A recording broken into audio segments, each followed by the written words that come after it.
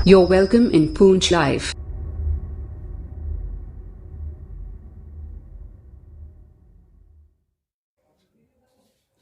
दोस्तों आदाब।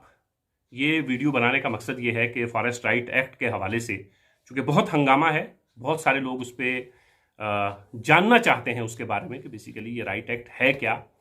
तो उसके बारे में मैं मुख्तसरन इस वीडियो में आपको बताऊंगा कि ये फॉरेस्ट एक्ट है क्या और इसके जो मेंबरान की कमेटी बनाई जानी है वो किस तर्ज पे बनाई जानी है, उसका कानूनी तरीका क्या है। मैं अपने दोस्त असद चौहान साहब का बहुत शुक्रगुजार हूँ कि मेरी दरख्वास्त पे उन्होंने कुछ चीज़ें मुझे भेजी जो मेरे लिए बहुत आसान हो गया इस पे आपसे गुफ्तगू करना।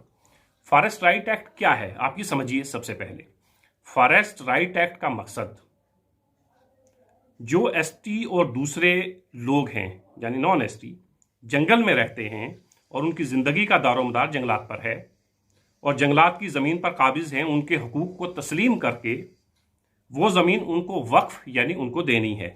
अगर उनके पास पुख्ता सबूत हैं कि वो जंगलात की ज़मीन पर काबिज हैं और या उनकी ज़िंदगी का दारोमदार जंगलात पर है, उन लोगों के लिए ये एक्ट गवर्नमेंट ने बनाया है। हिंदुस्तान की पार्लियामेंट से ये एक्ट 2006 में लागू हुआ था और हम तक आते आते 2020 हो गए हैं और 2020 में जम्मू कश्मीर में भी इसे लागू करने का हुक्म सादिर हो गया है। दूसरी बात यह है कि जंगलात की ज़मीन का क्या मतलब है। क्या गांव सारा का सारा जंगल है, गांव में जो घर हैं वो सारे के सारे जंगलात में हैं। आप इसको ज़रा समझिएगा कि जंगलात की ज़मीन का क्या मतलब है। वो ज़मीन जो जंगलात के हदूद के अंदर पाई जाती है या वो रकबा जो हदबंदी या जंगल के सर्वे के अंदर ना हो मगर जंगलात हो या ऐसी कोई जगह जहां 60% से ज़्यादा दरख्त ज़मीन पर सरकारी ज़मीन पर हों, उसे जंगलात की ज़मीन कहते हैं। अब मुश्तरका जंगलात की ज़मीन क्या होती है। एक है जंगलात की ज़मीन जो पूरी की पूरी जंगलात की ज़मीन है, एक है मुश्तरका जंगलात की ज़मीन, वो ज़मीन जिसमें लोग रिवायती तौर पर रहते हैं या काबिज हैं या मौसमियाती, जैसे हमारे बहुत सारे लोग पीछे ढोक की तरफ जाते हैं, तौर पर रहते हैं और वो जगह एक पूरी बरादरी पूरे गांव की हो, जैसे ढोक वगैरह होती हैं जहां बहुत सारे लोग जाते हैं अपने माल मवेशी को चराते हैं और वहां उन्होंने 2 महीने 3 महीने 4 महीने के लिए अपने रहने का इंतज़ाम भी किया होता है। अब आइए ग्राम सभा पर। आप समझ गए कि फॉरेस्ट एक्ट क्या है, फॉरेस्ट की ज़मीन कौन सी है। अब आइए ग्राम सभा। ग्राम सभा क्या है और उसका काम क्या है। ग्राम सभा उन तमाम लोगों से मिलकर बनती है जो बालिग हों या आम अल्फाज में बोल सकते हैं वो वहाँ के राय दहिंदगान हों यानी वोटर हों और कोई भी रिजोल्यूशन पास करने के लिए 50% की अक्सरियत होनी चाहिए।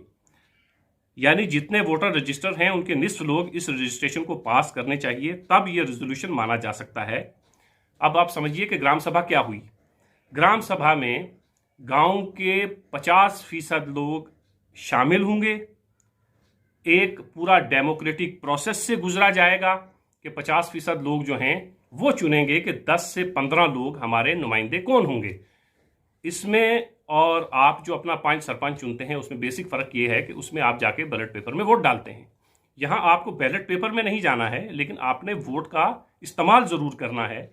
आपको ये कहना है, मान लीजिए मैं उसका मेंबर बनने का ख्वाहिशमंद हूँ और मैंने कहा जी कि मुझे मेंबर बनाया जाए। अब वो जो गांव की ग्राम सभा है वो देखेगी कि मैं इस अहल हूँ या नहीं, या वो मुझे इसके लिए चुनते हैं या नहीं चुनते हैं। तो अगर अक्सरियत ये कहती है कि हाँ ये ठीक है तो मैं उसका मेंबर माना जाऊँगा, और अगर अक्सरियत ये कहती है कि ये नहीं, हमें दूसरा आदमी चाहिए, तो फिर मेरी जगह पे कोई दूसरा आदमी उसका मेंबर बनाया जाएगा। ये ग्राम सभा का काम है और ये ग्राम सभा ही तय करेगी। एक तरह से पूरी पंचायत, पूरा गांव ये तय करेगा कि उसके मेंबरान कौन होंगे। अब जो बहुत सारी शिकायतें आ रही हैं वो ये हैं कि 5 सरपंच जो है वो अपनी मर्जी से वहाँ की एक कमेटी तश्कील दे रहे हैं।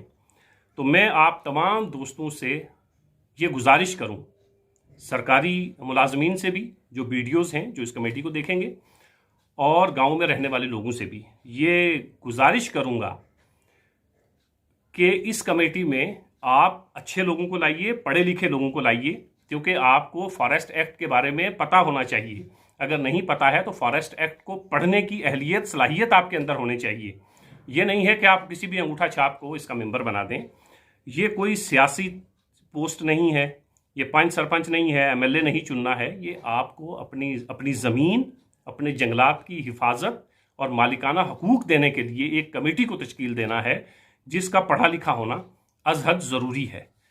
क्योंकि आपको ज़मीन के कागजात देखने हैं, आपको फॉरेस्ट के कागजात देखने हैं, आपको फॉरेस्ट एक्ट पढ़ना है, उसके हवाले से आपको अपने फैसले भी देने हैं। एक तरह से आप छोटी मोटी अदालत लेके वहाँ बैठेंगे, तो उसके लिए आपका पढ़ा लिखा होना अज़ हद ज़रूरी है।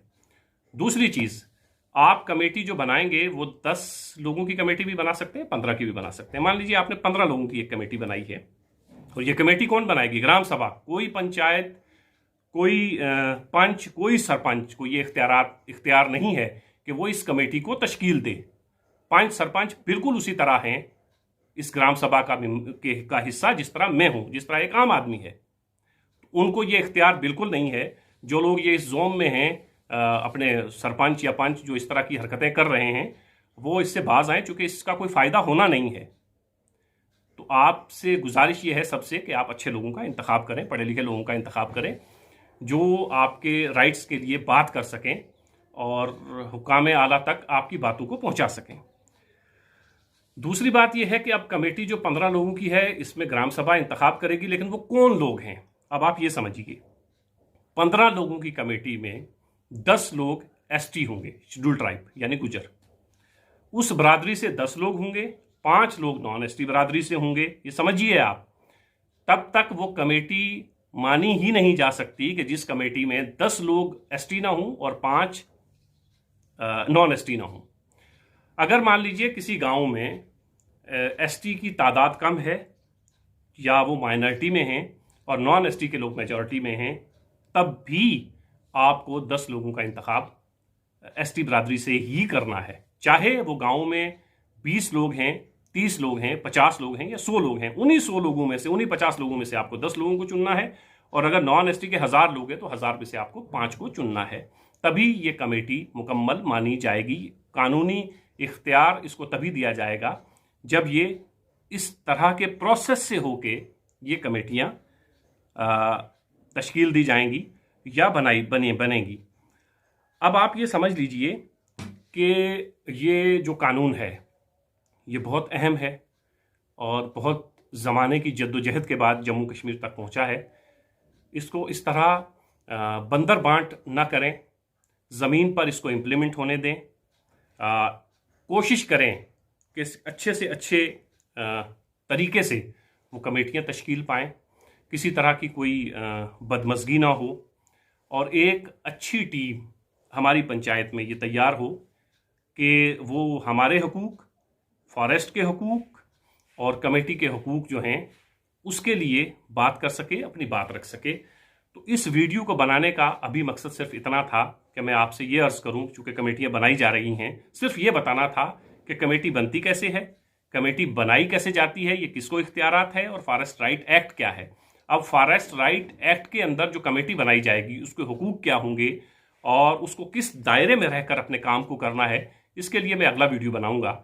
आप इस वीडियो को ज़्यादा से ज़्यादा शेयर करें, ज़्यादा से ज़्यादा लोगों तक पहुँचाएँ, ताकि लोग अवेयर हों, लोगों को पता चले कि फॉरेस्ट राइट एक्ट क्या है और ये जो ग्राम सभा क्या है, इसकी कमेटियाँ जो बनेंगी ये किस तर्ज पे बनाई जाएंगी। बहुत शुक्रिया।